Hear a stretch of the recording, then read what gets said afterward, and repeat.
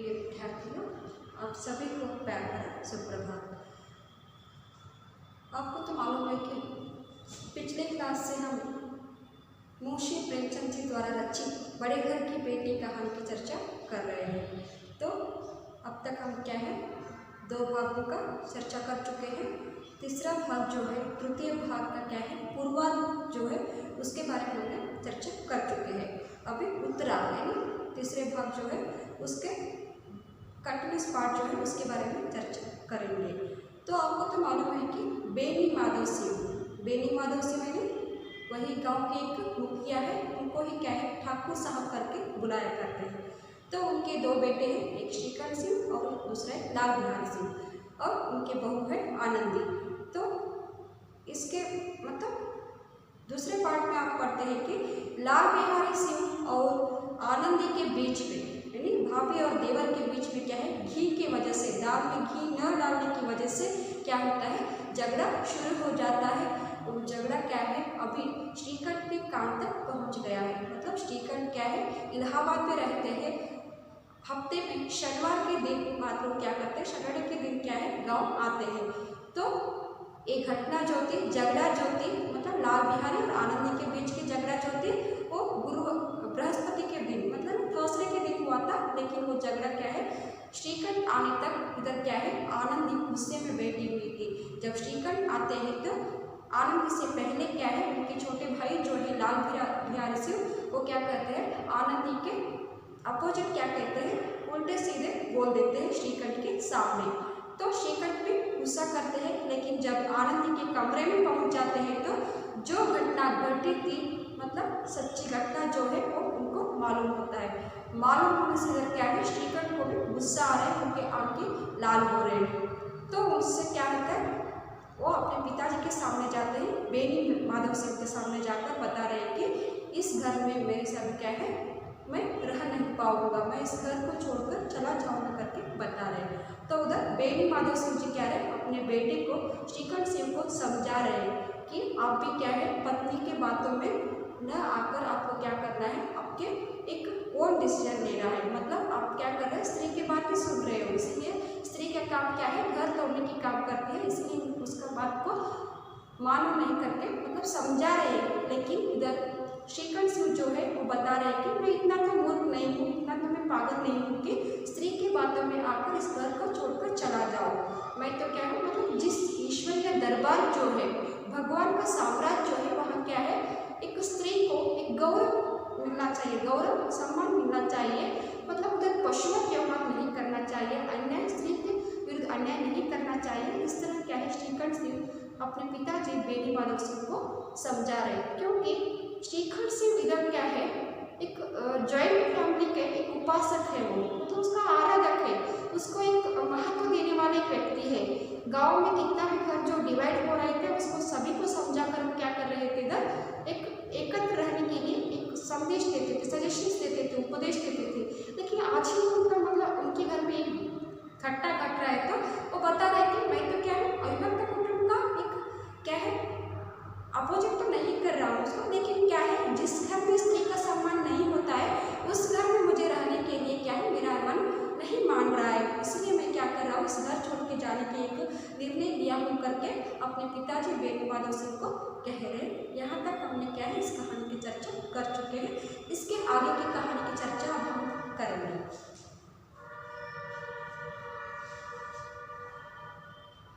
तो देखिए page number 7। अब बेनी माधव सिंह भी गरमाए, ऐसी बातें और न सुन सके, बोले लाल बिहारी तुम्हारा भाई है, उससे जब कभी भूल चूक हो उससे कान पकड़ो, लेकिन ऐसा दंड न दो करके बेनी माधव सिंह क्या कर रहे हैं, उनको समझा रहे हैं।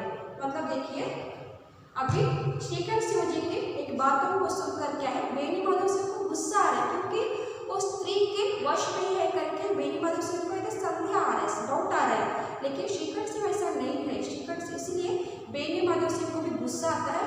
वो कहते हैं कि ऐसे बातें और ना सुन सके तो क्या है, अभी लाल बिहारी क्या है तुम्हारा छोटा भाई है, उसको माफ करो, लेकिन ऐसा दंड न दो करके बेनी माधव सिंह क्या कर रहे थे, श्रीकंठ सिंह जी को समझा रहे हैं। जब श्रीकंठ सिंह बोलते हैं कि लाल बिहारी को मैं माधव सिंह कहते हैं कि स्त्री के पीछे, तो श्रीकंठ जी कहते हैं कि जी नहीं, उनकी क्रूरता और अविवेक के कारण। देखिए, जब बेनी माधव सिंह श्रीकंठ जी को समझा रहे हैं कि लाल बिहारी आपका छोटा भाई है करके, लेकिन श्रीकंठ सिंह जी नहीं मान रहे कि वो मेरा भाई है। श्रीकंठ लाल बिहारी सिंह क्या है, अब मेरा भाई नहीं समझता हूँ। तो बेनी माधव सिंह प्रश्न पूछ रहे हैं कि सवाल पूछ रहे हैं कि आप स्त्री के पीछे भाग रहे हो, पत्नी की बातें सुन रहे हो। तो इधर श्रीकंठ जी बताते हैं कि मैं पत्नी की बात नहीं मान रहा हूँ, उनकी बातों को नहीं सुन रहा हूँ, लेकिन क्या है, लाल बिहारी के जो अन्याय जो है, पशुवत व्यवहार जो है, मतलब जंगली जानवर जैसा जो व्यवहार कर रहा है, उसी की वजह से मैं ये डिसीजन लिया करके श्रीकंठ सिंह अपने पिताजी को समझा रहे हैं। ಇಲ್ಲಿ ಏನಪ್ಪಾ ಅಂತಂದ್ರೆ ಬೇನಿ ಮಾಧವ ಸಿಂಗ್ ಅವರಿಗೂ ಶ್ರೀಕಂಠನ ಮಾತು ಕೇಳಿದ, ಮನೆ ಬಿಟ್ಟು ಹೋಗ್ತಾರಂತ ಮಾತು ಕೇಳಿದಾಗ ಇಲ್ಲಿ ಅವ್ರಿಗೂ ಬಹಳಷ್ಟು ಕೋಪ ಬರ್ತಾ ಇದೆ. ಅವ್ರು ಹೇಳ್ತಾರೆ, ಲಾಲ್ ಬಿಹಾರಿ ಸಿಂಗ್ ಎಷ್ಟೇ ಆದರೂ ಸಹೋದರ ಅವನು, ಆದ್ರೆ ಅವನಿಗೆ ಏನಾದರೂ ದಂಡವನ್ನು ಕೊಡು, ನೀನು ಶಿಕ್ಷೆಯನ್ನು ಕೊಡು, ಹೊರತಾಗಿ ಮನೆಯನ್ನು ಬಿಟ್ಟು ಹೋಗಬೇಡ, ನಿನ್ನ ಪತ್ನಿಯ ಮಾತು ಕೇಳಬೇಡ ಅಂತ ಹೇಳ್ತಾ ಇದ್ದಾರೆ ಅವರು. ಅದಕ್ಕಾಗಿ ಶ್ರೀಕಂಠ ಸಿಂಗ್ ಅವರು ಹೇಳ್ತಾರೆ, ನಾ ಇವಾಗ ಅವನ ನನ್ನ ಸಹೋದರ ಅಂತ ತಿಳ್ಕೊಳಂಗಿಲ್ಲ, ನನ್ನ ತಮ್ಮ ಅಂತ ನಾನು ತಿಳ್ಕೊಳಂಗಿಲ್ಲ ಅಂತ ಹೇಳ್ತಾರೆ. ಅದಕ್ಕೆ ಬೇನಿ ಮಾಧವ ಸಿಂಗ್ ಏನು ಸಂದೇಹ ಬರ್ತಾ ಇದೆ ಅಂತಂದ್ರೆ, ಇವರು ಶ್ರೀಕಂಠ ಸಿಂಗ್ ತನ್ನ ಪತ್ನಿಯ ಮಾತನ್ನು ಕೇಳಿ, ತನ್ನ ಹೆಂಡತಿಯ ಮಾತನ್ನು ಕೇಳಿ ಈ ನಿರ್ಧಾರವನ್ನು ತೆಗೆದುಕೊಂಡಿದ್ದಾನೆ ಅಂತ ತಿಳ್ಕೊಂಡವರು, ನೀನು ಪತ್ನಿಯ ಹಿಂದೆ ಹೋಗ್ತಾ ಇದೆಯಾ ಅಂತ ಕೇಳ್ತಾ ಇದ್ದಾರೆ ಅವರು. ಅದಕ್ಕೆ ಶ್ರೀಕಂಠ ಸಿಂಗ್ ಉತ್ತರ ಕೊಡ್ತಾರ, ಇಲ್ಲ, ನಾನು ಪತ್ನಿಯ ಮಾತನ್ನು ಕೇಳ್ತಾ ಇಲ್ಲ, ನನ್ನ ಹೆಂಡತಿ ವಶದಲ್ಲಿ ನಾನಿಲ್ಲ, ಬದಲಾಗಿ ಈ ಲಾಲ್ ಬಿಹಾರಿ ಸಿಂಹ ನಮಗೆ ಅನ್ಯಾಯ ಏನು ಮಾಡ್ತಾ ಇದ್ದಾನೆ ಸ್ತ್ರೀಯರ ವಿರುದ್ಧ, ಮತ್ತು ಸ್ತ್ರೀಯರಿಗೆ ಗೌರವವನ್ನು ನೀಡ್ತಾ ಇಲ್ಲ. ಈ ಭಗವಂತನ ಸಾಮ್ರಾಜ್ಯದಲ್ಲಿ ಸ್ತ್ರೀಯರಿಗೆ ಏನಪ್ಪಾ ಅಂತಂದ್ರೆ ಸಮ್ಮಾನ ಗೌರವಗಳನ್ನು ನೀಡಬೇಕು. ಎಲ್ಲಿ ಸ್ತ್ರೀಯರಿಗೆ ಸಮ್ಮಾನ ದೊರಕುವುದಿಲ್ಲ, ಗೌರವ ದೊರಕುವುದಿಲ್ಲ, ಅಲ್ಲಿ ನನಗೆ ಇರಲಿಕ್ಕೆ ಮನಸ್ಸಾಗೋದಿಲ್ಲ, ಅದಕ್ಕೆ ನಾನು ಈ ನಿರ್ಧಾರವನ್ನು ತೆಗೆದುಕೊಂಡಿದ್ದೀನಿ ಅಂತ ಹೇಳಿ ಶ್ರೀಕಂಠ ಸಿಂಗ್ ಅವರು ತನ್ನ ತಂದೆಗೆ ಏನಪ್ಪಾ ಅಂದ್ರೆ ಬೇನಿ ಮಾಧವ ಸಿಂಗ್ ಅವರಿಗೆ ಹೇಳ್ತಾ ಇದ್ದಾರೆ. दोनों कुछ देर चुप रहे। ठाकुर साहब लड़के का क्रोध शांत करना चाहते थे, लेकिन यह नहीं स्वीकार करना चाहते थे कि लाल बिहारी ने कोई अनुचित काम किया है। इसी बीच में गांव के कई सज्जन हुक्के चिलम के बहाने वहां आ बैठे। कई स्त्रियों ने जब यह सुना कि श्रीकंठ पत्नी के पीछे पिता से लड़ने को तैयार है, तो उन्हें बड़ा हर्ष हुआ। दोनों पक्षों की मधुर वाणियां सुनने के लिए उनकी आत्माएं दिल मिलाने लगी। देखिए, दोनों कुछ देर तक दोनों ही बेनी माधव सिंह और श्रीकंठ सिंह दोनों थोड़े समय के लिए क्या करते हैं, चुप बैठते हैं। तो ठाकुर साहब के मतलब श्रीकंठ सिंह का जो क्रोध जो होता है, उनका गुस्सा जो होता है, उसको शांत करना चाहते थे उधर, तो उन्होंने क्या करते हैं, लेकिन इधर श्रीकंठ सिंह का गुस्सा उधर ही नहीं रहा था, क्योंकि लाल बिहारी जो क्या है ऐसे व्यवहार कर चुका था वो, इसीलिए क्या है, इसी बीच में क्या होता है, उधर दोनों के बीच में जो वार्तालाप वाद विवाद जो चल रही थी, उसी के बीच क्या है, गांव घर के बाहर क्या करते हैं, गांव के कुछ लोग क्या करते हैं, चिलम पीते हुए बैठ जाते हैं उधर।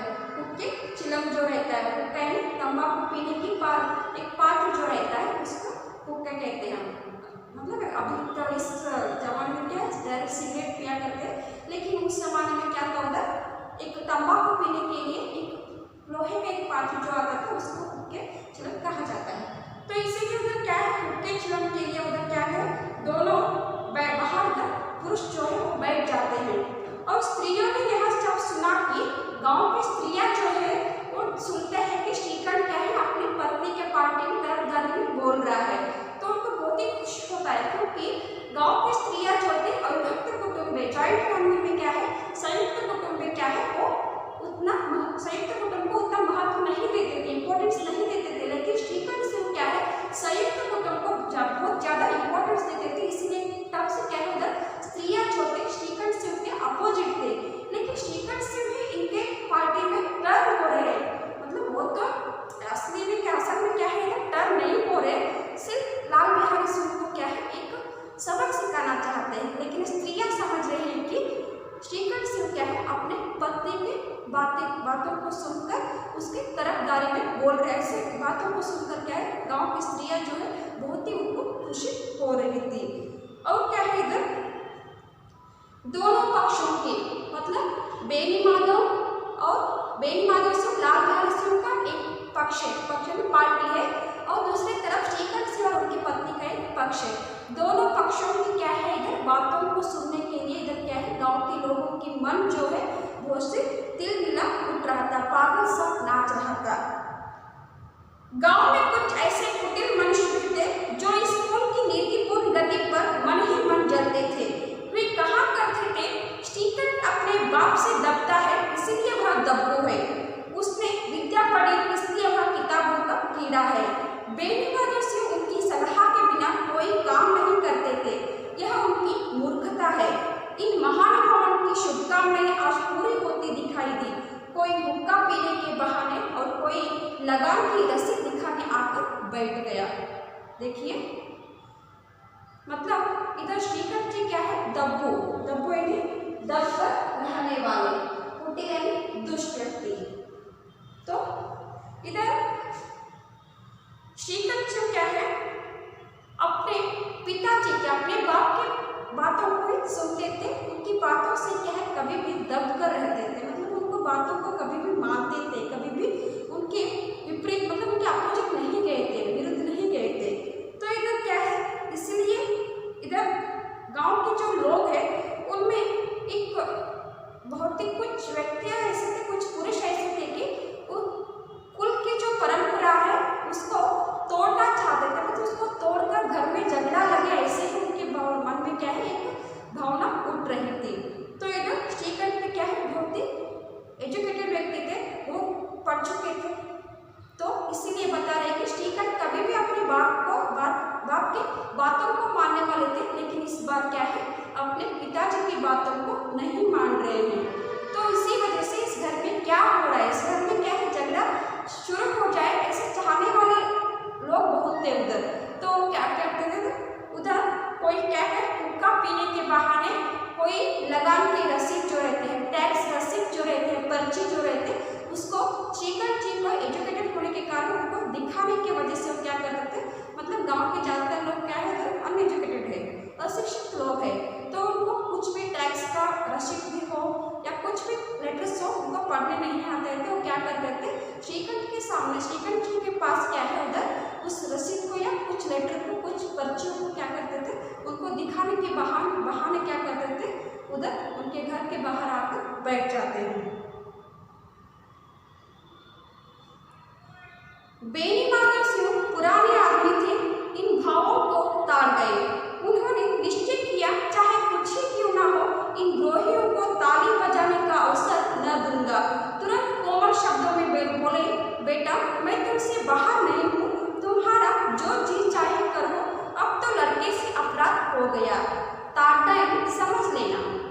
देखिए बेनीमाधव सिंह तो पुराने आदमी थे, वो मतलब वो जल्दी से झट से समझ गए कि ताड़ गए कि ये जो लोग इकट्ठे हुए हैं हमारे घर के बाहर, वो लोग क्या है हमारे घर में झगड़ा लगाने के लिए सोच रहे, मतलब झगड़ा शुरू हो जाए ऐसे शुभकामनाएं कर रहे, विश कर रहे हो। इसीलिए वो जल्दी से उन लोगों को भावनाओं को समझ गया और ये भी समझ गया कि उन लोगों को क्या है ताली बजाने का, हमारे मजाक उड़ाने का, हमारे परिवार के किसी सदस्य का मजाक उड़ाने का अवसर चांस उनको नहीं मिले।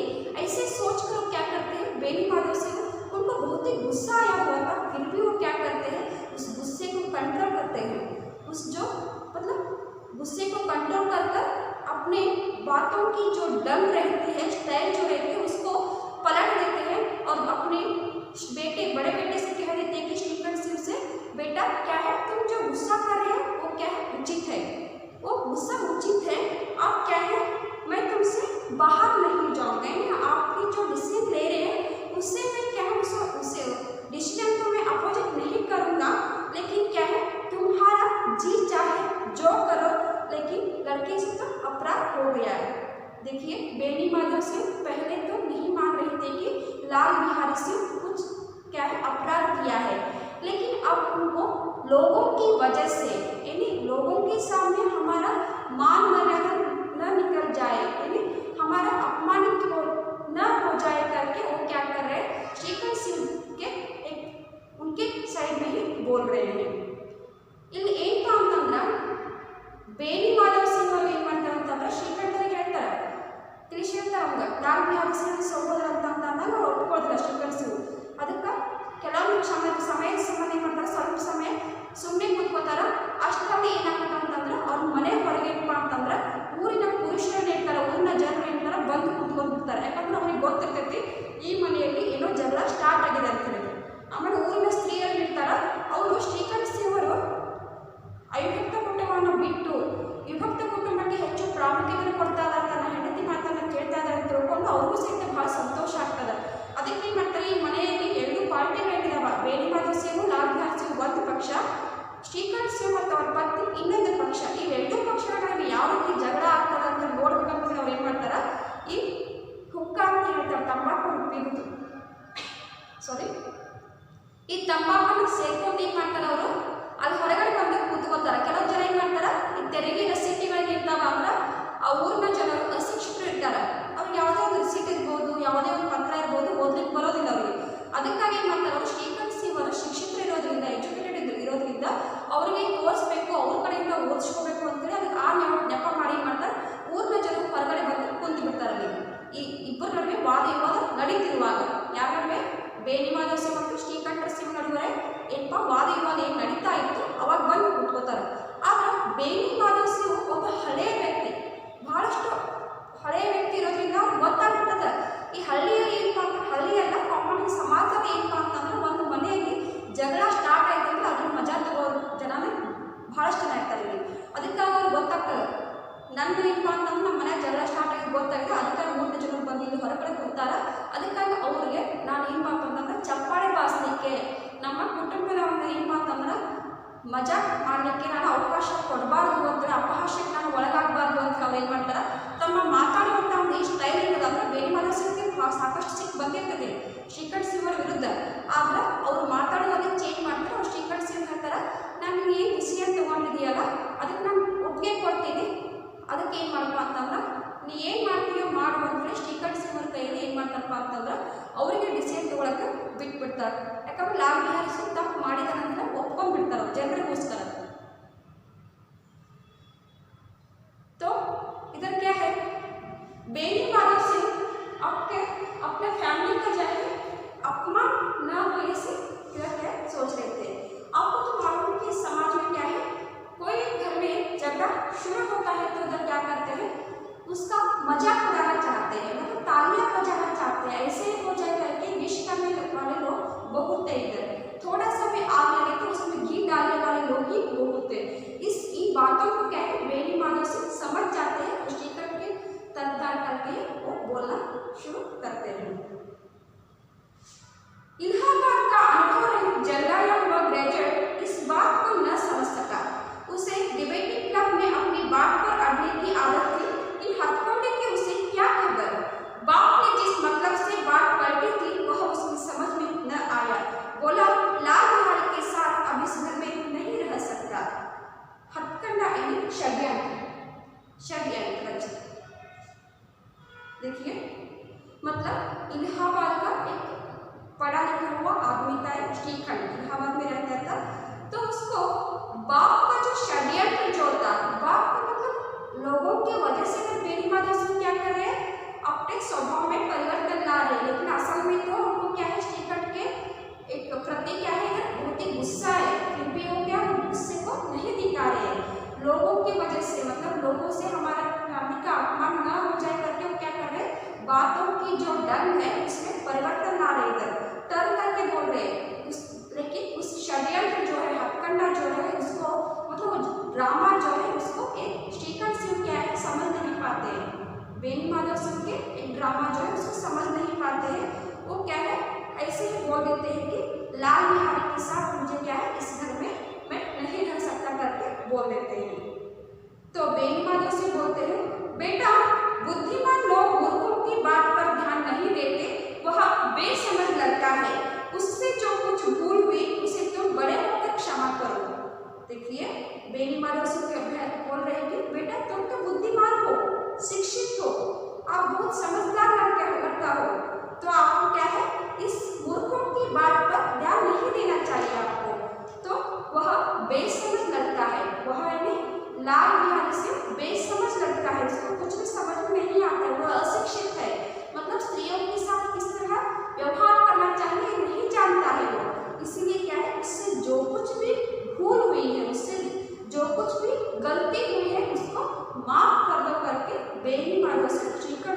समझा रहे हैं। ಇನ್ನು ಏನಪ್ಪ ಅಂತಂದ್ರೆ ಈ ಇಲಹಾಬಾದ್ನಲ್ಲಿರುವಂತಹ ವ್ಯಕ್ತಿ, ಇಲಹಾಬಾದ್ನಲ್ಲಿ ಶಿಕ್ಷಣವನ್ನು ಪಡೆದಿರತಕ್ಕಂಥ ಶ್ರೀಕಂಠ ಸಿಂಹರು ಇದ್ದಾರೆ. ಅವರಿಗೆ ತಂದೆಯ ಒಂದು ಒಳಗಿನ ಮನಸ್ಸಿನ ಮಾತ್ರ ಇರ್ತಾವೆ, ಅವ್ರ ನಾಟಕ ಅಂತ ತಿಳಿಯೋದಿಲ್ಲ. ಯಾಕಂದ್ರೆ ಬೇಡಿ ಮಾಧವ ಸಿಂಹರಿಗೆ ಶ್ರೀಕಂಠನ ವಿರುದ್ಧ ಸಾಕಷ್ಟು ಏನಪ್ಪ ಕೋಪ ಇದೆ, ಸಿಟ್ಟಿದೆ. ಆದರೆ ಅವ್ರು ಅದನ್ನು ತೋರಿಸ್ತಾ ಇಲ್ಲ. ಯಾಕಂದ್ರೆ ಜನರ ಮುಂದೆ ನಮ್ಮ ತಮ್ಮ ಅಪಮಾನ ಆಗಬಾರ್ದು ಅಂತೇಳಿ. ಆ ಬೇಡಿ ಮಾಧವ ಸಿಂಹರ ಒಂದು ನಾಟಕ ಏನಿದೆ ಅದು ತಿಳಿಯೋದಿಲ್ಲ, ಡ್ರಾಮಾ ಅರ್ಥ ಆಗೋದ್ರೆ ಶ್ರೀಕಂಠ ಸಿಂಹರಿಗೆ.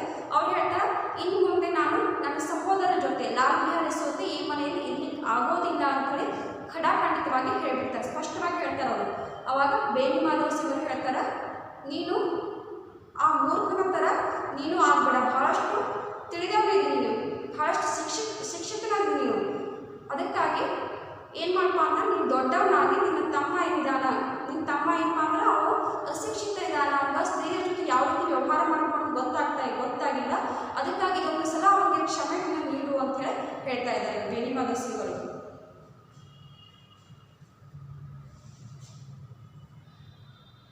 तो श्रीकंठ बोलते हैं कि उसकी इस दुष्टता को मैं कदापि नहीं सह सकता, या तो वही घर में रहेगा या मैं ही। आपको यदि वह अधिक प्यार है तो मुझे विदा कीजिए, मैं अपना भार आप संभाल लूंगा। यदि मुझे रखना चाहते हैं तो उससे कहिए जहाँ चाहे चला जा, बस यह मेरा अंतिम निश्चय है। देखिए उसकी दुष्टताएं पूर्णता जो है, श्रीकंठ जी बोल रहे हैं कि उसकी ये दुष्टता को मैं कदापि मतलब कभी भी मैं सह नहीं पाऊंगा, क्योंकि अब वो क्या है, वह ही इस घर में रहेगा या तो मैं रहूंगा।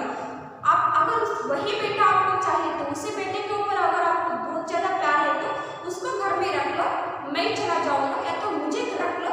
वो क्या है, उसको जहाँ चीज आए, उसको जहाँ समझ में है वो चला जाए करके बता रहे, लेकिन मैं क्या करूँगा, उसके साथ इस घर में नहीं रहूँगा करके इधर क्या है एक पक्का मतलब एक डिसीजन इधर क्या है, यही मेरा एक अंतिम निश्चय है, अंतिम निर्धार है मेरा, यही क्या है फाइनल डिसीजन है करके ಶ್ರೀಕಂಠ ಸಿಂಹ बता रहे हैं। ಇಲ್ಲೇನಪ್ಪ ಅಂತಂದ್ರೆ ಶ್ರೀಕಂಠ ಸಿಂಹ ಹೇಳ್ತಾ ಇದ್ದಾರೆ ತಂದೆಗೆ, ಇಲ್ಲೇನಪ್ಪ ಅಂತಂದ್ರೆ ಈ ಮನೆಯಲ್ಲಿ ನಾನು ಇರಬೇಕು ಒಂದು, ಇಲ್ಲ ಅಂದ್ರೆ ಲಾಲ್ ಬಿಹಾರಿ ಸಿಂಹ ನನ್ನ ಸಹೋದರ ಲಾಲ್ ಬಿಹಾರಿ ಸಿಂಹ ಇರಬೇಕು ಒಂದು, ಇದ್ರೊಳಗೆ ಒಬ್ಬರು ಇರಬೇಕು. ಇಲ್ಲಪ್ಪ ನಿಮ್ಗೆ ಯಾರ ಮೇಲೆ ಪ್ರೀತಿ ಇದೆಯೋ ಅಂದ್ರೆ ನನ್ನ ಮೇಲೆ ನಾನು ಬೇಕಾಗಿತ್ತು ನನ್ನನ್ನು ಇಟ್ಕೊಂಡ್ರೆ ಅವನು ಎಲ್ಲಿ ಮನಸ್ಸು ಬರ್ತದೆ ಅಲ್ಲಿ ಹೋಗ್ಲಿ ಅಂತ ಹೇಳ್ತಾರೆ ಶ್ರೀಕಂಠ ಸಿಂಹ. ಎಲ್ಲಿ ಮನಸ್ಸು ಬರ್ತದೆ ಅಲ್ಲಿ ಮನೆ ಬಿಟ್ಟು ಆ ಲಾಲ್ ಬಿಹಾರಿ ಸಿಂಹ ಹೋಗಬೇಕು, ನಾನು ಮನೆಯಲ್ಲಿ ಇರ್ತೀನಿ. ನಾನೇನಪ್ಪ ಇಲ್ಲ ನಾನು ಅವನನ್ನ ಮನೆ ಇಟ್ಕೋರಿ, ಅಷ್ಟು ನಿಮ್ಗೆ ಆ ಮಗನ ಮೇಲೆ ಪ್ರೀತಿ ಇದ್ರೆ ಅವನನ್ನ ಮನೆಯಲ್ಲಿ ಇಟ್ಕೋರಿ, ನಾನೇನಪ್ಪ ಅಂದ್ರೆ ಈ ಮನೆ ಬಿಟ್ಟು ಹೋಗ್ತೀನಿ, ನನ್ನ ಭಾರವನ್ನು ನಾನೇ ಹ್ಯಾಂಡಲ್ ಮಾಡುವಂಥ ಕೆಪಾಸಿಟಿ ನನ್ನಲ್ಲಿ ಇದೆ ಅಂತ ಹೇಳ್ತಾರೆ. ನನ್ನ ಹೊಟ್ಟೆ ನಾನು ತುಂಬಿಸ್ಕೋಬೋದು, ಅದಕ್ಕಾಗಿ ಇದೇ ನನ್ನ ಫೈನಲ್ ನಿರ್ಧಾರ ಅಂತ ಹೇಳ್ತಾ ಇದ್ದಾರೆ, ಇದೇ ನನ್ನ ಅಂತಿಮ ನಿರ್ಧಾರ ಅಂತೇಳಿ ಶ್ರೀಕಂಠ ಸಿಂಹ ಅವರು ಬೇಡಿ ಮಾಧವ ಸಿಂಹರಿಗೆ ಹೇಳ್ತಾ ಇದ್ದಾರೆ. लाल बिहारी सिंह दरवाजे की चौखट पर चुपचाप खड़ा बड़े भाई की बातें सुन रहा था। वह उनका बहुत आदर करता था। उसे कभी इतना साहस न हुआ था कि श्रीकंठ के सामने चारपाई पर बैठ जाए, हुक्का पी ले या पान खा ले। बाप का भी वह इतना मान न करता था। श्रीकंठ का भी उस पर हार्दिक स्नेह था। अपने होश में उन्होंने कभी उसे भूखा तक न था। जब वह इलाहाबाद से आते तो उसके लिए कोई न कोई वस्तु अवश्य लाते। देखिए गुड़कना डांटना, गुड़कना डांटना। तो इधर क्या है, लाल बिहारी सिंह दरवाजे के पास, दरवाजे की चौखट जो रहता है उसके पास खड़े होकर अपने भाई और पिताजी की बातों को चुपचाप सुन रहे थे उधर।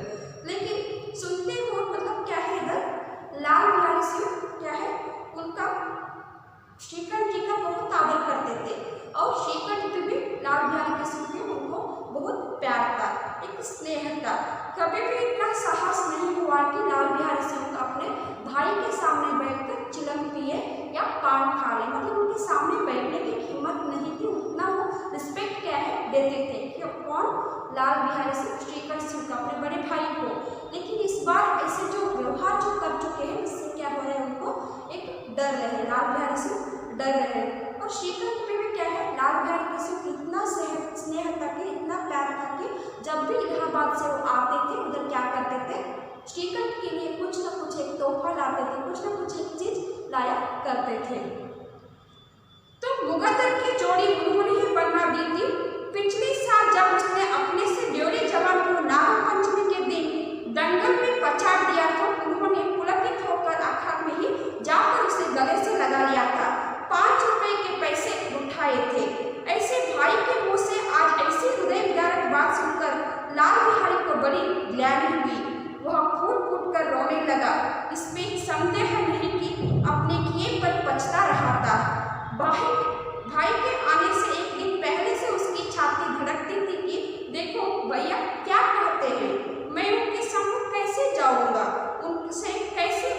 और मेरी आंखें उनके सामने कैसे उठेगी। उसने समझा था कि भैया मुझे बुलाकर समझा देंगे।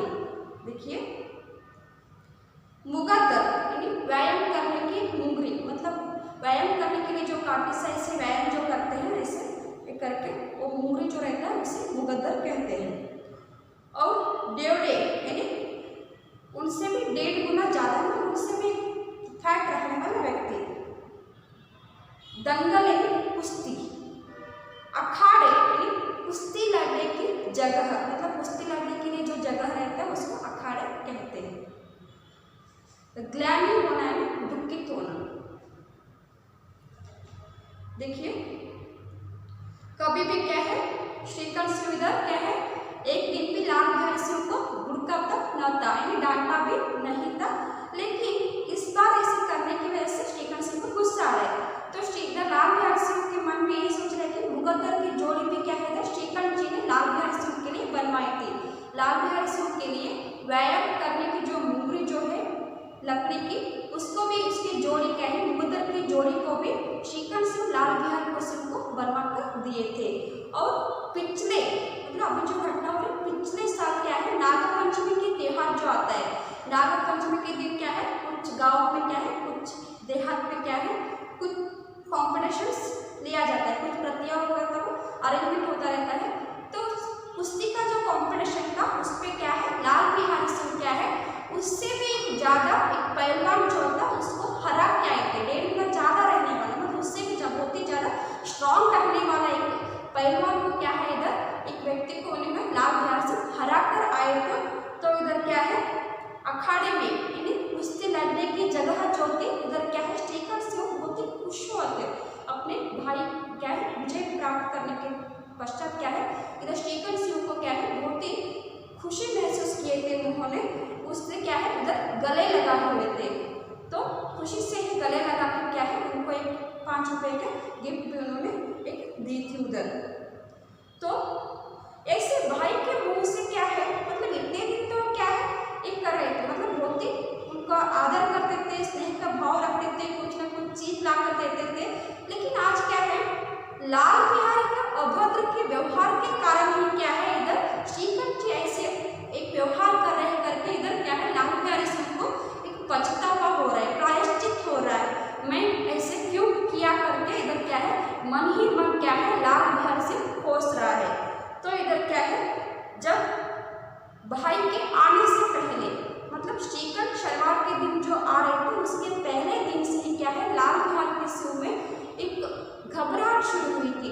मतलब मैं अपने भाई के सामने कैसे जाऊँ, उनको मुँह कैसे दिखाऊँ, क्योंकि उनको पत्नी के ही इसमें क्या किया कि खड़ाऊ फेंका हुआ था। तो इसीलिए वो डर रहे थे, लेकिन वो समझ के गए थे कि ये जो मैंने गलती की है उसको श्रीकृष्ण जी माफ कर देंगे। लेकिन ऐसा तो नहीं हुआ, इधर इसका एक क्या है अपोजिट हो रहा है। इस आशा के विपरीत आज उसने उन्हें निर्दयता की मूर्ति बने हुए पाया। वह मूर्ख था, परंतु उसका मन कहता था कि भैया मेरे साथ अन्याय कर रहे हैं। यदि श्रीकृष्ण उसे अकेले में बुलाकर 2-4 बातें कहा देते, इतना ही नहीं 2-4 तमाचे भी लगा देते, तो कदाचित उसे इतना दुख न होता। पर भाई का यह कहना कि अब मैं इसकी सूरत नहीं देखना चाहता, लाल बिहारी से सहा न गया। वह रोता हुआ घर आया, कोठरी में जाकर कपड़े पहने, आंखें पोंछी, जिसमें कोई यह न समझे कि रोता था। तब आनंद के द्वार पर आकर बोला, भाभी भैया ने निश्चय किया है कि वह मेरे साथ घर में न रहेंगे। अब वह मेरा मुँह नहीं देखना चाहते, इसलिए अब मैं जाता हूँ, उन्हें फिर मुँह न दिखाऊंगा। मुझसे जो कुछ अपराध हुआ उसे क्षमा करना।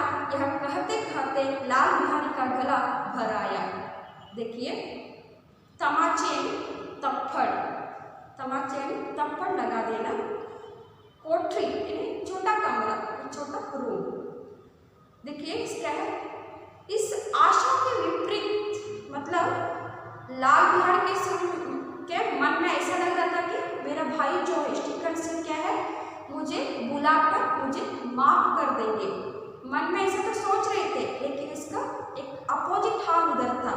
मतलब इधर श्रीकृष्ण सिंह क्या है, एक निर्दयता के मूर्ति बन चुके थे। इसीलिए क्या है, इधर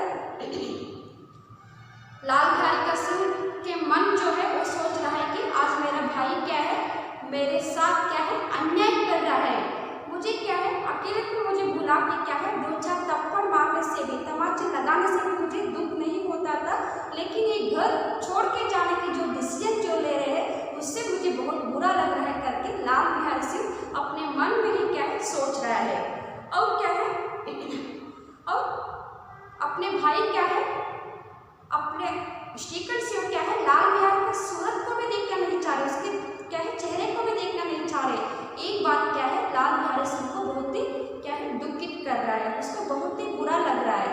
तो क्या करता है, रोता हुआ अपना छोटा कमरा जो रहता है उधर आंखें पोंछते हुए जाता है ताकि किसी को ये न मालूम हो कि लाल बिहारी सिंह रो रहा है करके। तब क्या करता है, कपड़े पहन देता है, घर छोड़ के जाने के लिए तैयार हो जाता है और क्या करते हैं, अपने भाभी के कमरे जो रहता है, आनंदी के कमरा जो रहता है, उधर उसके कमरे के दरवाजा जो रहता है, दरवाजे के पास आकर खड़े होकर बोलता है कि भाभी, भैया ने निश्चय किया है कि ये अंतिम निर्णय लिया है कि ये डिसीजन किया है कि क्या है, इस घर में मेरे साथ में रहना नहीं चाहते हैं और इसीलिए क्या है, वह मेरा मुंह नहीं देखना चाहते, मेरे चेहरे को भी देखना नहीं चाह रहे हो, इसीलिए उन्हें फिर मैं क्या करूँगा, मेरा मुंह, मेरे चेहरे को उनको कभी भी नहीं दिखाऊंगा, इसलिए मैं क्या हूँ, घर छोड़कर जा रहा हूँ। मुझसे जो भी अपराध हुआ है, मुझसे जो भी गलती हुआ है उसके लिए मुझे क्षमा कर दो, मुझे माफ कर दो करके ऐसे कहते हुए इधर क्या है, लाल बिहारी का गला जो है भर कर आ रहा है। मतलब लाल बिहारी को अपने के जो व्यवहार, जो किया हुआ व्यवहार के प्रति मतलब पश्चाताप हो रहा है, प्रायश्चित कर रहा है और बोल रहा है कि इधर क्या है, मतलब उसको सब जो घटना है उसके बारे में बताते हुए इसे क्या है, बहुत ही दुखित हो रहा है। जब भी देखिए इंसान को बहुत दुख होता है तो उसका गला भर कर आ जाता है, ऑटोमेटिकली क्या है, रोना आ जाता है। वैसे ही हाल क्या है इधर लाल बिहारी का हो रहा है। ಇಲ್ಲಿ ಏನು ಮಾಡ್ತಾನಂತಂದ್ರೆ ಲಾಲ್ ಬಿಹಾರಿ ಸಿಂಗ್ ಏನು ಮಾಡ್ತಾನಂತಂದ್ರೆ, ಲಾಲ್ ಬಿಹಾರಿ ಸಿಂಗ್ ಮತ್ತು ಬೇಣಿ ಬಹದ್ದೂರ್ ಸಿಂಗ್ ಮತ್ತು ಶ್ರೀಕಂಠ್ ಸಿಂಗ್ ಅವರು ಏನೋ ಒಂದು ಜಗಳದ ಬಗ್ಗೆ ಏನು ನಿರ್ಧಾರ ತಗೋತಿರ್ತಾರ, ವಾದಿವಾದ ಮಾಡ್ತಿರ್ತಾರ, ಆ ಎಲ್ಲ ಮಾತುಗಳನ್ನ ಲಾಲ್ ಬಿಹಾರಿ ಸಿಂಗ್ ಏನು ಮಾಡ್ತಿರ್ತಾರಂತಂದ್ರೆ ಆ ಕೋಣೆಯ ಒಂದು ಬಾಗಿಲು ಇರ್ತದ, ಬಾಗಿಲನ್ನು ನಿಂತು ಎಲ್ಲ ಮಾತುಗಳನ್ನು ಕೇಳ್ತಾ ಇರ್ತಾರೆ ಅವರು. ಲಾಲ್ ಬಿಹಾರಿ ಸಿಂಗ್ ಕೇಳ್ತಾ ಇರ್ತಾನ, ಕೇಳಿ ಏನು ಮಾಡ್ತಾರಂತಂದ್ರೆ ಅವಾಗ ಒಳಗೆ ಬಹಳಷ್ಟು ಕೆಟ್ಟ ಅನಿಸ್ತದೆ. ಯಾಕಂದ್ರೆ ಶ್ರೀಕಂಠ್ ಸಿಂಗ್ ಅವರು ಲಾಲ್ ಬಿಹಾರಿ ಮೇಲೆ ಬಹಳಷ್ಟು ಗೌರವ ಸ್ನೇಹವನ್ನು ಇಟ್ಟುಕೊಂಡಿರ್ತಾರೆ. ಅದಕ್ಕಾಗಿ ಅವರು ಇಲಹಾಬಾದ್ನಿಂದ ಪ್ರತಿ ಸಲ ತಮ್ಮ ಮನೆಗೆ ಬರಬೇಕಾದ್ರೆ ಲಾಲ್ ಬಿಹಾರಿ ಸಿಂಗ್ಗೆ ಏನಾದರೂ ಒಂದು ಗಿಫ್ಟನ್ನು ತೊಗೊಂಡ್ಬರ್ತಿರ್ತಾರೆ, ಏನಾದರೂ ವಸ್ತುವನ್ನು ತೊಗೊಂಡ್ಬರ್ತಿರ್ತಾರೆ ಅವರು. ಮತ್ತು ಲಾಲ್ ಬಿಹಾರಿ ಸಿಂಗ್ ಅವರು ಅಷ್ಟೇ, ಇಲ್ಲಿ ಶ್ರೀಕಂಠನ ಒಂದು ಏನಪ್ಪ ಎಷ್ಟು ಗೌರವ ಕೊಡ್ತಾರಂದ್ರೆ ಅವರು ಶ್ರೀಕಂಠರು ಮುಂದೆ ಕೂತ್ಕೊಳ್ಳುವಂಥ ಪ್ರಯತ್ನ ಸಹಿತ ಅವ್ರು ಮಾಡ್ತಿಲ್ಲ, ಯಾವಾಗಲೂ ಕೂತ್ಕೊಳ್ತಿಲ್ಲ, ಅದು ಅಷ್ಟು ಗೌರವವನ್ನು ಕೊಡ್ತಾ ಇದ್ರು. ಅವ್ರ ಮುಂದೆ ಪಾನ್ ತಿನ್ನೋದಾಗಲಿ, ಸಿನಿಮಾನ ಸೇದೋದಾಗಲಿ, ಸಿಗರೇಟ್ ಸೇದೋದಾಗಲಿ ಏನೂ ಮಾಡ್ತಿರ್ಲಿಲ್ಲ ಇವರು. ಆದರೆ ಈ ಬಾರಿ ಈ ರೀತಿ ತಪ್ಪು ಮಾಡಿದ್ದಕ್ಕೆ ನಮ್ಮ ಅಣ್ಣ ಈ ರೀತಿ ನಿರ್ಧಾರವನ್ನು ತೆಗೆದುಕೊಂಡಿದ್ದಾರೆ ಅಂತೇಳಿ ಭಾಳಷ್ಟು ಕೆಟ್ಟ ಅನಿಸ್ತಾ ಇದ್ದಾರೆ ಮನಸ್ಸಿನಲ್ಲಿ. ಮತ್ತು ಇದು ಒಂದು ಹೇಳ್ತಾರೆ, ಅವರು ಉದಾಹರಣೆ ಕೊಡ್ತಾರೆ ಎಷ್ಟು ಪ್ರೀತಿ ಮಾಡ್ತಾರೆ ನಮ್ಮ ಅಣ್ಣ ಅಂತಂದ್ರೆ, ಹಿಂದಿನ ನಾಗಪಂಚಮಿ ಹಬ್ಬದಲ್ಲಿ ಏನಪ್ಪ ಅಂತಂದ್ರೆ ಈ ಲಾಲ್ ಬಿಹಾರಿ ಸಿಂಗ್ ಕಿಂತನೂ ಒಬ್ಬ ದಷ್ಟಪುಷ್ಟ ವ್ಯಕ್ತಿ ಪೈಲ್ವಾನ್ ಏನಿರ್ತಾನ ಅವನನ್ನ ಲಾಲ್ ಬಿಹಾರಿ ಸಿಂಗ್ ಸೋಲಿಸಿರ್ತಾರ ಕುಸ್ತಿಯಲ್ಲಿ ಸೋಲಿಸಿರೋದ್ರಿಂದ ಅಲ್ಲಿ ಶ್ರೀಕಂಠ್ ಸಿಂಗ್ ಅವರು ಆ ಅಖಾಡಕ್ಕೆ ನಿಂತು ಗರಡಿ ಮನೆ ಅಂತ ಹೇಳ್ತೀವಿ ನಾವು, ಕುಸ್ತಿ ಆಡುವಂಥ ಒಂದು ಜಾಗ, ಆ ಗರಡಿ ಮನೆಯಲ್ಲಿ ಹೋಗಿ ಅವನನ್ನ ತಬ್ಕೊಂಡು ಅವನಿಗೆ ಲಾಲ್ ಬಿಹಾರಿ ಸಿಂಗ್ 5 ರೂಪಾಯಿ ಒಂದು ಬಹುಮಾನವನ್ನು ಕೊಟ್ಟಿರ್ತಾರೆ. ಅದಕ್ಕಾಗಿ ಅಷ್ಟು ಪ್ರೀತಿಯನ್ನು ಇಟ್ಟುಕೊಂಡಂಥ ಅಣ್ಣ ಇವತ್ತು ನನ್ನ ಜೊತೆ ಈ ರೀತಿ ವ್ಯವಹಾರವನ್ನು ಮಾಡ್ತಾ ಇದ್ದಾರೆ, ಇದಕ್ಕೆ ಕಾರಣ ನನ್ನ ವ್ಯವಹಾರನ ಏನು ಒಂದು ಅನ್ಯಾಯ ಮಾಡಿದ್ದೀನಿ ಅವನ ಪತ್ನಿಯ ವಿರುದ್ಧ, ಅದಕ್ಕಾಗಿ ಈ ರೀತಿ ಮಾಡ್ತಾ ಇದ್ದೆ ಪ್ರಾಯಶ್ಚಿತ ಮಾಡ್ಕೊತಾ ಇದ್ದಾನೆ ಲಾಲ್ ಬಿಹಾರಿ ಸಿಂಗ್. ನಾನು ಈ ರೀತಿ ಮಾಡಬಾರ್ದಿತ್ತು ಅಂತೇಳಿ ಪ್ರಾಯಶ್ಚಿತ ಮಾಡ್ಕೋತಾ ಇದ್ದಾರೆ. ಮತ್ತು ಲಾಲ್ ಬಿಹಾರಿ ಸಿಂಗ್ ಏನಪ್ಪ ಅಂತಂದ್ರೆ ಶ್ರೀಕಂಠ್ ಸಿಂಗ್ ಅವರು ಅಲಹಾಬಾದಿಂದ ಶನಿವಾರ ಏನು ಬರ್ತಾ ಇದ್ರು, ಶನಿವಾರ ಬರೋಕ್ಕಿಂತ ಮುಂಚೆ ದಿನ ಏನಪ್ಪ ಅಂತಂದ್ರೆ ಲಾಲ್ ಬಿಹಾರಿ ಸಿಂಗ್ನಲ್ಲಿ ಮನಸ್ಸಿನಲ್ಲಿ ಒಂದು ಭಯ ಹುಟ್ಟುವ ಸ್ಟಾರ್ಟ್ ಆಗಿತ್ತು. ನಾಳೆ ನಮ್ಮ ಅಣ್ಣ ಬರ್ತಾನೆ, ಅವನ ಮುಂದೆ ನಾನು ಮುಖ ಹೆಂಗೆ ತೋರಿಸ್ಬೇಕು, ನನಗೆ ಏನಂತ ಗೊತ್ತಿಲ್ಲ, ಆ ರೀತಿ ಅಂತೇಳಿ ಭಾಳಷ್ಟು ಹೆದರ್ತಿರ್ತಾರೆ ಅವರು. ಅವ್ರ ಜೊತೆ ಏನಂತ ಮಾತಾಡಬೇಕು, ನನ್ನನ್ನು ಏನಂತ ಕೇಳ್ತಾನೆ ಅವನು ಅಂತೇಳಿ ಆ ಭಯವನ್ನು ಇಟ್ಟುಕೊಂಡೇ ಇರ್ತಾರೆ. ಆದರೆ ಲಾಲ್ ಬಿಹಾರಿ ಸಿಂಗ್ ಮನಸ್ಸಲ್ಲಿ ಈ ರೀತಿ ಅನಿಸ್ತಾ ಇದ್ದಾರೆ, ಶ್ರೀಕಂಠ್ ಸಿಂಗ್ ನನಗೆ ಬಹಳ ಅನ್ಯಾಯ ಮಾಡ್ತಾ ಇದ್ದಾರೆ, ನಮ್ಮ ಅಣ್ಣ ನನಗೆ ಅನ್ಯಾಯ ಮಾಡ್ತಾ ಇದ್ದಾರೆ ಅಂಥೇಳಿ ಬಹಳಷ್ಟು ಒಂದು ಥರ ಮನಸ್ಸಿನಲ್ಲಿ ದುಃಖವನ್ನು ತುಂಬಿಕೊಂಡು ಅವ್ರು ಏನು ಮಾಡ್ತಾರೆ, ಅಳ್ಕೊಂತ ತಮ್ಮ ಕೋಣೆ ಇರ್ತದೆ ಕೋಣೆ ಕಡೆ ಹೋಗ್ತಾರೆ. ಯಾಕಂದ್ರೆ ಅವ್ರ ನಿರ್ಧಾರ ಏನು ತಗೋತಾವ ಲಾಲ್ ಬಿಹಾರಿ ಸಿಂಗ್, ನಾನೇ ಮನೆ ಬಿಟ್ಟು ಹೋಗಬೇಕು, ನನ್ನ ಅಣ್ಣನಿಗೆ ಈ ಮನೆಯಲ್ಲಿ ಇರಲಿಕ್ಕೆ ಇಷ್ಟ ಇಲ್ಲ, ನನ್ನ ಮುಖ ನೋಡಲಿಕ್ಕೆ ಇಷ್ಟ ಇಲ್ಲ ಅಂತಂದ್ರೆ ನಾನೇ ಈ ಮನೆ ಬಿಟ್ಟು ಹೋಗ್ಬೇಕಂತ ಏನು ಮಾಡ್ತಾರೆ, ಈ ಕಣ್ಣನ್ನು ವರ್ಷಕೊಂತ ಯಾರಿಗೂ ಗೊತ್ತಾಗೋದು ನಾನು ಅಳಾಕತ್ತೀನಿ ಅಂಥೇಳಿ ತಮ್ಮ ಕೋಣೆ ಹೋಗ್ತಾರೆ. ಬಟ್ಟೆ ಎಲ್ಲ ಹಾಕೊಂಡು ಬಟ್ಟೆ ಎಲ್ಲ ತೊಗೊಂಡು ಏನು ಮಾಡ್ತಾರೆ, ತಮ್ಮ ಅತ್ತಿಗೆ ಏನಿರ್ತಾಳೆ ಆನಂದಿಯ ಕೋಣೆಯ ಕಡೆ ಹೋಗ್ತಾರೆ. ಆನಂದಿಯ ಕೋಣೆಯ ಕಡೆ ಹೋಗಿ ಅವ್ರ ರೂಮ್ ಹತ್ರ ಹೋಗಿ ಅಲ್ಲಿ ಹೇಳ್ತಾರೆ, ಅತ್ತಿಗೆ ಅಣ್ಣನಿಗೆ ಏನಪ್ಪ ಅಂತಂದ್ರೆ ನನ್ನ ಜೊತೆ ಈ ಮನೆಯಲ್ಲಿ ಇರಲಿಕ್ಕೆ ಇಷ್ಟ ಇಲ್ಲ ಮತ್ತು ನನ್ನ ಮುಖವನ್ನು ಸಹಿತ ನೋಡ್ಲಿಕ್ಕೆ ಇಷ್ಟ ಇಲ್ಲ, ಅದಕ್ಕೆ ನಾನೇ ಮನೆ ಬಿಟ್ಟು ಹೋಗ್ತಾ ಇದ್ದೀನಿ, ನಾನು ಏನಾದರೂ ಇದುವರೆಗೆ ನೀನು ಅಪರಾಧ ಮಾಡಿದ್ದೀನಿ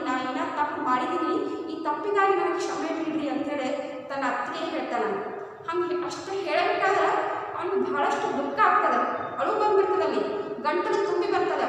ಯಾವುದೇ ವ್ಯಕ್ತಿ ಆದ್ರೂ ಹಾಗೆ ಇದೆ, ಬಹಳಷ್ಟು ದುಃಖ ಆದಾಗ, ತನ್ನ ತಪ್ಪಿನ ಅರಿವಾದಾಗ ಏನಪ್ಪ ಅಂತಂದ್ರೆ ಪ್ರಾಯಶ್ಚಿತ್ತ ಮಾಡ್ಕೋಬೇಕಾದಾಗ ಏನಪ್ಪ ಅಂದ್ರೆ ಆಟೋಮೆಟಿಕ್ ಆಗಿ ಅಳು ಬಂದೇ ಬರ್ತದೆ, ಸಹಜ ಅದು.